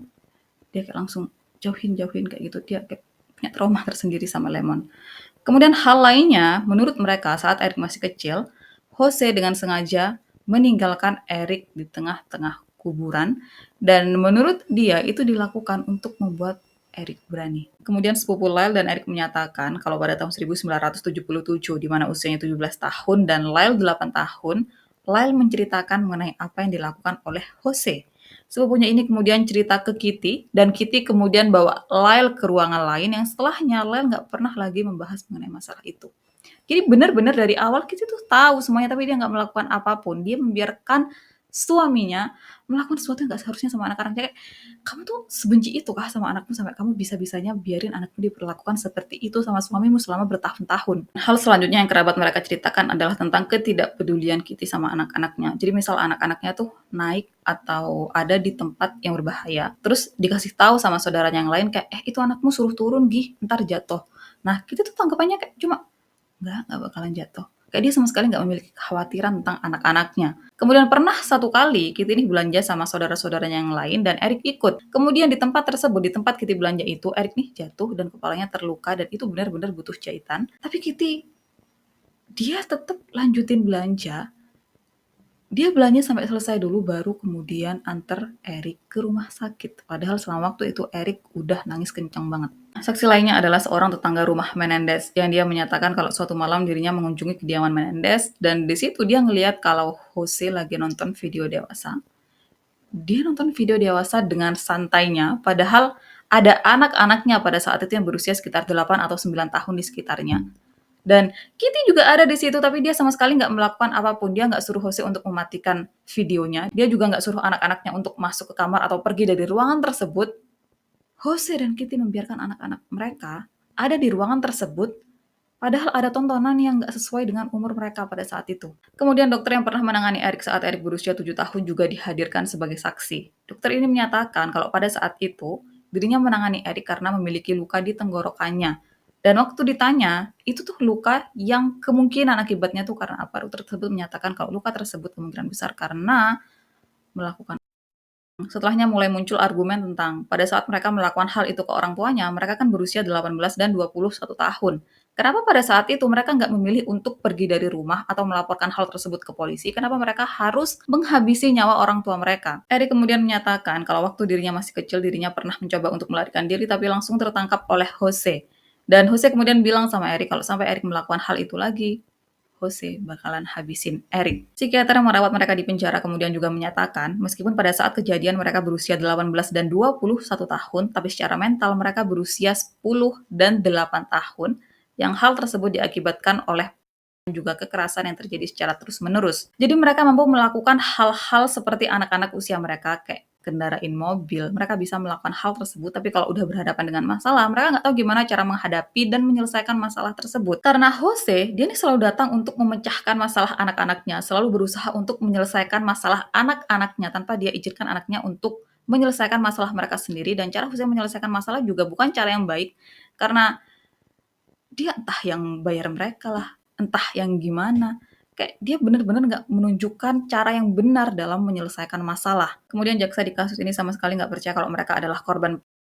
Dia nggak percaya dengan apapun yang Menendez Brother bilang, karena menurut dia, mereka adalah laki-laki dan mereka nggak memiliki apapun untuk bisa membuat orang lain tertarik mereka. Jaksa tersebut yakin kalau motif mereka melakukan hal itu ke orang tuanya adalah demi uang, dan itu terbukti dengan semua data di komputer keluarga Menendez yang nggak ada, yang terhapus, yang itu artinya seseorang mencoba menghapusnya, yang menurut dia kemungkinan besar pelakunya adalah Lyle dan Erik. Mereka menghapus wasiat terakhir ayah mereka yang nggak mencantumkan nama mereka di situ. Kemudian dengan bukti kalau mereka menghabiskan banyak uang setelah kematian orang tua mereka, itu juga membuktikan kalau mereka melakukan hal tersebut demi uang. Lal dan Erik kemudian menyatakan kalau mereka sama sekali nggak melakukan hal itu demi uang, dan memang benar mereka sering mengatakan kalau Jose akan mengeluarkan nama mereka dari daftar ahli waris, yang saking seringnya mereka ngedengar itu, mereka udah percaya kalau nama mereka nggak pernah ada di daftar ahli waris. Jadi waktu mereka dapat informasi kalau ternyata semua warisan orang tuanya jatuh ke mereka, di situ mereka kaget, mereka bingung karena mereka nggak tahu harus ngapain dengan uang sebanyak itu. Dan dengan data di komputer rumah keluarga mereka yang terhapus, mereka menyatakan kalau mereka sama sekali nggak tahu mengenai hal itu. Keluarga Menendez yang ada di belakang mereka juga kemudian menyatakan kalau mereka berdua, Lel dan Erik, sangat amat terbiasa untuk menghabiskan uang dalam jumlah tersebut dalam beberapa bulan. Bukan hal yang luar biasa untuk mereka menghabiskan lebih dari $700.000 dalam 6 bulan. Karena menghabiskan uang atau memakai uang semau mereka adalah satu-satunya hal yang Jose izinkan untuk anaknya lakukan semau mereka. Terserah mau mereka pakai untuk apa. Jadi bukan hal baru untuk mereka menghabiskan uang sebanyak itu dalam hitungan bulan, menurut keluarga mereka. Dan selanjutnya, jaksa menyatakan kalau perbuatan mereka terinspirasi dari film berjudul Billionaires Boys Club yang tayang pada tahun 1987, di mana tragedi keluarga Menendez cocok dengan kisah dari film tersebut. Tim pembela Lyle dan Erik kemudian menyatakan saat film tersebut tayang di bioskop, Lyle dan Erik ada di tenis camp. Mereka nggak mungkin menonton film tersebut dan nggak ada bukti juga kalau film tersebut yang menginspirasi perbuatan mereka. Dan sedikit informasi tambahan mengenai film ini, pada tahun 2018, Billionaire Boys Club kembali tayang dan diproduksi oleh Live Entertainment, rumah produksi di mana Jose terakhir kali bekerja. Januari 1994, persidangan mereka selesai dan tinggal tunggu juri berunding untuk memutuskan apakah yang mereka lakukan memang murni untuk mendapatkan uang atau pembelaan diri. Selama waktu juri berunding, banyak orang-orang yang kemudian mulai berdebat tentang apakah mereka benar-benar dilecehkan atau enggak. Dan hasilnya nggak terlalu mengejutkan untuk tahun 90-an, lebih banyak yang nggak percaya kalau Jose melakukan itu ke Lyle. lebih banyak yang percaya kalau Lyle dan Eric memang melakukan itu demi uang. Dan bukan cuma masyarakat umum yang nggak percaya sama mereka berdua, tapi media juga. Salah satu media bahkan membuat semacam parodi untuk mengolok-ngolok Lyle dan Eric. Kemudian setelah 1 bulan berunding, para juri nggak bisa menghasilkan suara bulat. Suara mereka terpecah berdasarkan gender. Jadi juri yang berjenis kelamin wanita percaya kalau mereka memang mengalami pelecehan dan apa yang mereka lakukan adalah pembelaan diri. Sementara juri laki-laki lebih percaya kalau mereka melakukan hal tersebut demi uang. Dan karena para juri nggak bisa menemukan titik temu, hakim memutuskan kalau sidang dibatalkan. Dan karena sidang dibatalkan, artinya akan ada sidang selanjutnya yang di sidang itu semuanya bakalan dimulai dari awal lagi.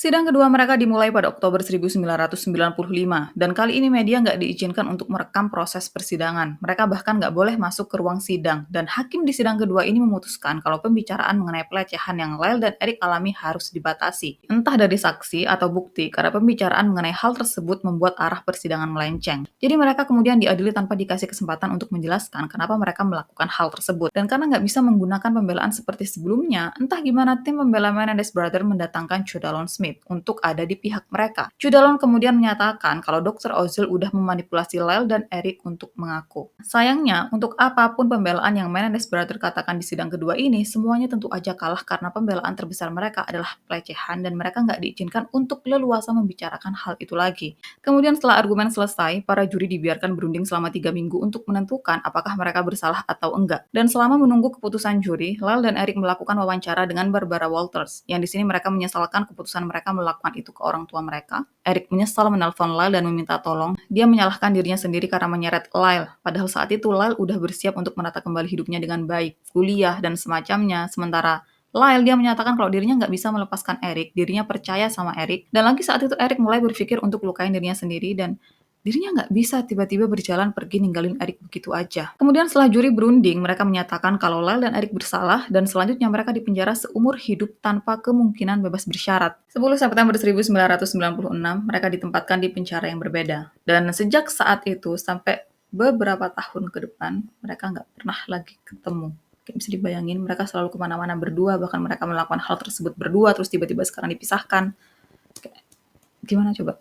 Mereka tinggal berdua, kayak mereka nggak punya siapapun selain satu sama lain, terus tiba-tiba dipisahkan.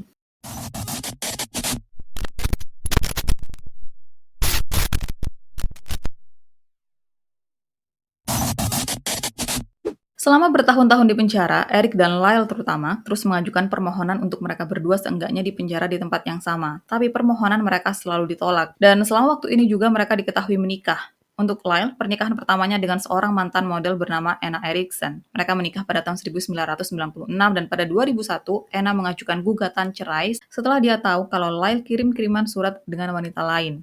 Selanjutnya, pada tahun 2003, Lyle kembali menikah dengan Rebecca Smith yang berprofesi sebagai pengacara. Dan dia 2 tahun lebih muda dari Lyle, jadi dia seumuran dengan Eric. Kemudian diketahui kalau sebelumnya mereka udah saling mengenal selama 10 tahun. Dan selama waktu itu, Rebecca tinggal di dekat penjara di mana Lyle ditahan, dan hubungan mereka berjalan lancar sampai hari ini. Sementara untuk Eric, pada tahun 1999 dia menikah dengan seorang wanita bernama Tammy, seorang janda 1 anak. Hubungan mereka diawali dari mereka yang sering kirim-kiriman surat selama 6 tahun, dan setelah kirim-kiriman surat selama 6 tahun, mereka akhirnya memutuskan untuk menikah. Tahun 2017, Tammy melakukan wawancara dengan People Magazine, menyatakan kalau meskipun Lyle dan Eric ada di penjara yang berbeda, tapi selama bertahun-tahun mereka masih berhubungan dekat. Mereka bahkan saling berkomunikasi melalui surat yang dititipkan ke istri-istri mereka. Dan di situ mereka bukan cuma menceritakan mengenai kehidupan harian mereka, tapi mereka juga bermain catur lewat surat. Februari 2018, setelah bertahun-tahun mengajukan permohonan biar seenggaknya mereka di penjara yang sama, akhirnya permohonan mereka dikabulkan. Lyle dipindahkan ke penjara di mana Eric ditahan, jadi setelah 22 tahun terpisah, mereka akhirnya ketemu lagi.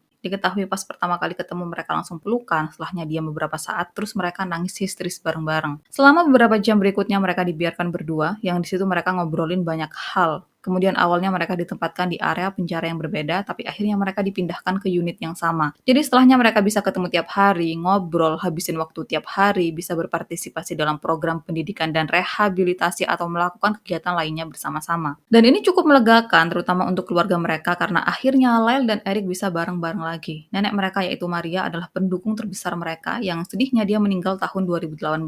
Kemudian selama di penjara, Eric melakukan banyak kerjaan kayak konstruksi, memfasilitasi tahanan laki-laki yang lebih ke kelompok panti jompo, membuat lukisan, mengajar meditasi, juga piano. Sementara Lyle, dia menghabiskan waktunya untuk angkat beban, main basket, dan merawat hewan-hewan di sekitar penjara. Dia juga menjabat sebagai kepala narapidana dan memimpin kelompok pendukung untuk korban pelecehan juga kekerasan.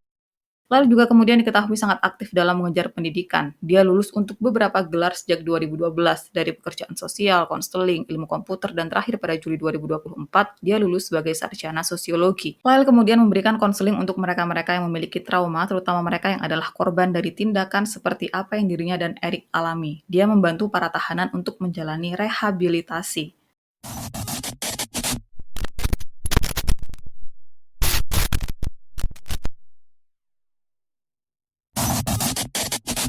Kemudian selama bertahun-tahun sejak mereka diputus bersalah dan dijatuhi hukuman penjara seumur hidup, Lyle dan Eric selalu mengajukan banding, tapi banding mereka selalu ditolak. Sampai akhirnya pada tahun 2023, muncul dua bukti baru yang membuat banding mereka diterima. Bukti pertama adalah surat yang Eric tujukan ke sepupunya yang bernama Andy Keno. Surat tersebut Eric tulis 8 bulan sebelum kematian orang tuanya, yang di situ Eric menggambarkan mengenai pelecehan yang dirinya alami. Dan untuk Andy sendiri, pada saat surat tersebut ditemukan, dia udah meninggal, tapi pada persidangan pertama mereka yang digelar pada 1993, Andy hadir sebagai saksi di situ, dan dia menginformasikan mengenai pelecehan yang Eric alami. Tapi sayangnya pada saat itu sama sekali nggak ada yang percaya dengan omongannya.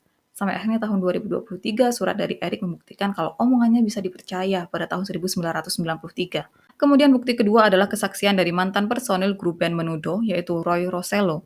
Roy menyatakan kalau saat dirinya masih bergabung dengan Menudo, di mana saat itu Jose adalah eksekutif di perusahaan di mana Menudo bernaung, dirinya yang berusia 14 tahun dibius dan oleh Jose. Dan itu adalah dua bukti yang kemudian membuat bandingnya Lyle dan Eric diterima. Kemudian mengenai series Monster yang ditayangkan di Netflix, melalui istrinya, Eric menyampaikan kekecewaannya terutama tentang gimana penggambaran hubungannya dan Lyle, gimana Lyle yang digambarkan seolah-olah adalah sosok yang mengerikan. Selanjutnya dari sekian banyak kerabat mereka yang masih hidup, 24 diantaranya masih mendukung mereka dan mengungkapkan kekecewaan mereka terhadap series tersebut. Pihak Lyle dan Eric membantah beberapa hal terkait series tersebut, kayak misal Lyle nggak pernah pakai obat-obatan terlarang, dia memang minum, tapi nggak sebanyak itu, dia nggak bisa minum banyak, dan mereka juga nggak memutar lagu seperti itu di acara pemakaman orang tua mereka. Intinya, mereka memang melakukan itu ke orang tua mereka, tapi mereka menyesal dan mereka mencintai orang tua mereka. Dan mereka nggak sebrutal yang digambarkan di series tersebut menurut pihak Lyle dan Eric. Dan sebenarnya di sini yang jadi pertanyaanku adalah, kenapa mereka berdua membeli senapan beberapa hari sebelum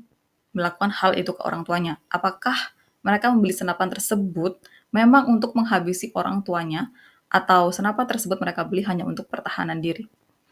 Dan sejujurnya aku tuh nggak dengerin dan nggak nonton full video persidangan mereka. Kalian bisa nonton di YouTube, itu banyak banget di situ. Aku nggak nonton sampai selesai bukan karena waktunya terlalu panjang, tapi karena aku nggak tahan dengan apa yang terjadi sama mereka berdua. Kayak aku terlalu masukin hati kasus ini. Aku terlalu pakai hati untuk kasus ini, jadi ngebayangin mereka ngalamin itu dari kecil, aku nggak tahan. Jadi aku cuma nonton beberapa bagian aja. Mungkin di situ ada kali ya bagian tentang kenapa mereka membeli senapan tersebut beberapa hari sebelum kematian orang tuanya. Entah mereka di situ menyatakan untuk pertahanan diri atau gimana. Coba kalian yang nonton video persidangan mereka, apakah di situ mereka sempat membahas mengenai senapan, kenapa mereka membeli itu beberapa hari sebelum kematian orang tuanya? Coba kasih tahu aku, coba komen di bawah dan kasih tahu aku. Kemudian hal lain mengenai kasus ini, jadi pada saat tahun 90-an itu, terutama tahun-tahun ini, banyak orang yang percaya kalau sebenarnya Menendez Brothers dipenjara karena O.J. Simpson. Dan kenapa O.J. Simpson gitu kan? Padahal dia nggak ada sama sekali kaitannya dengan kasus mereka. Dan aku bakalan bahas kasus O.J. Simpson entah bulan depan atau tahun depan. Jadi sedikit mengenai kasusnya O.J. Simpson. Kasus O.J. Simpson itu juga cukup kontroversial, juga bahkan ditayangkan secara live di TV, dan kasus O.J. Simpson, sidangnya itu tuh sebelum sidang kedua Menendez Brothers pada tahun 1995 juga, tapi duluan O.J. Simpson. Dan O.J. Simpson di persidangan pertamanya dia kemudian dinyatakan tidak bersalah. Dipercaya pada saat itu kenapa Menendez Brother dinyatakan bersalah dan bahkan persidangan tuh kayak seolah-olah menyulitkan mereka yang bahkan diminta untuk nggak terlalu menginformasikan mengenai pelecehan yang dialami kayak di persidangan pertama. Jadi pada saat itu dipercaya kalau persidangan nggak mau mengambil dua kasus kontroversial sekaligus, yang dari kedua kasus tersebut si pelaku sama-sama dibebaskan. Dan karena O.J. Simpson dibebaskan pada tahun 1995 tersebut, makanya mereka nggak memiliki pilihan selain membuat Menendez Brother di penjara. Yang salah satu usaha mereka adalah membuat persidangan kedua tersebut nggak menginformasikan apapun mengenai pelecehan. Itu yang dipercaya sama orang-orang pada tahun itu yang membela mereka, juga pada tahun-tahun ini yang sangat mendukung mereka. Kemudian untuk Dr. Ozil, lisensi psikolognya dicabut dan dia nggak bisa lagi membuka praktek. Dia juga diketahui pindah dari California. Kemudian setelah kasus ini dibicarakan sejak beberapa tahun ke belakang, terutama pada tahun ini setelah series Monster muncul yang ditayangkan di Netflix, banyak orang yang mulai mengajukan petisi untuk membebaskan mereka berdua. Apalagi mereka berdua ini udah ditahan selama 35 tahun. Dan lagi, menurut orang-orang pendukung mereka, pada persidangan kedua itu mereka nggak diadili secara adil. Karena mereka sama sekali nggak diizinkan untuk menyatakan apa alasan mereka melakukan hal tersebut dengan leluasa. Dan orang-orang juga lebih percaya kalau harusnya pada saat itu mereka nggak dipenjara seumur hidup, tapi mereka direhabilitasi. Karena apa yang mereka alami sejak kecil. Kemudian melalui Instagramnya, putri tiri Erik yaitu Thalia mengumumkan kalau sekitar 60 hari lagi atau sekitar bulan November, karena kan dia mengumumkan hal itu pada akhir September, dalam 60 hari lagi bakalan ketahuan apakah Erik dan Lyle bebas atau enggak. Dan aku nggak tahu apakah mereka dibebaskan atau ada kemungkinan mereka bebas pada bulan November itu apakah karena petisi atau karena pengajuan banding atau hal-hal lainnya. Tapi kalaupun mereka harus melakukan persidangan ulang, persidangan yang ketiga, aku berharap kali ini mereka benar-benar diadili. Aku berharap kali ini mereka benar-benar diadili dengan adil, mereka diizinkan untuk menyatakan alasan mereka melakukan hal tersebut. Aku berharap mereka nggak dibungkam seperti aku berharap mereka nggak dibungkam seperti pada persidangan kedua. Dan aku tahu harusnya aku nggak berpihak, tapi di sini aku justru berpihak ke mereka. Benar-benar aku nggak bisa membayangkan kenapa orang-orang tahun 90-an itu nggak ada yang percaya sama mereka. Kenapa mereka menganggap kalau pernyataan mereka tuh adalah sebuah kebohongan. Dan untuk kalian yang sangat tertarik dengan kasus ini, sebenarnya kalian tuh nggak bisa mendapatkan informasi mengenai kasus ini dari satu sumber aja, karena kalian harus mencari dari sumber-sumber lainnya, karena informasi mengenai kasus ini sangat-sangat tidak terbatas. Banyak banget informasi mengenai kasus ini, yang bahkan apa yang aku informasikan di sini tuh cuma bagian dasarnya, cuma beberapa hal umumnya. Banyak banget informasi mengenai kasus ini yang aku bahkan kayak, aduh udah nggak usah ditambah-tambah lagi, gimana cara ngejelasinnya gitu kan. Durasi gitu kan. Jadi kalau kalian benar-benar tertarik dengan kasus ini, aku sarankan untuk kalian ambil informasi dari sumber-sumber lainnya. Dan makasih udah nonton videoku sampai akhir, ini pasti panjang banget. Dan makasih udah nonton videoku sampai akhir, kita ketemu di video-video lainnya.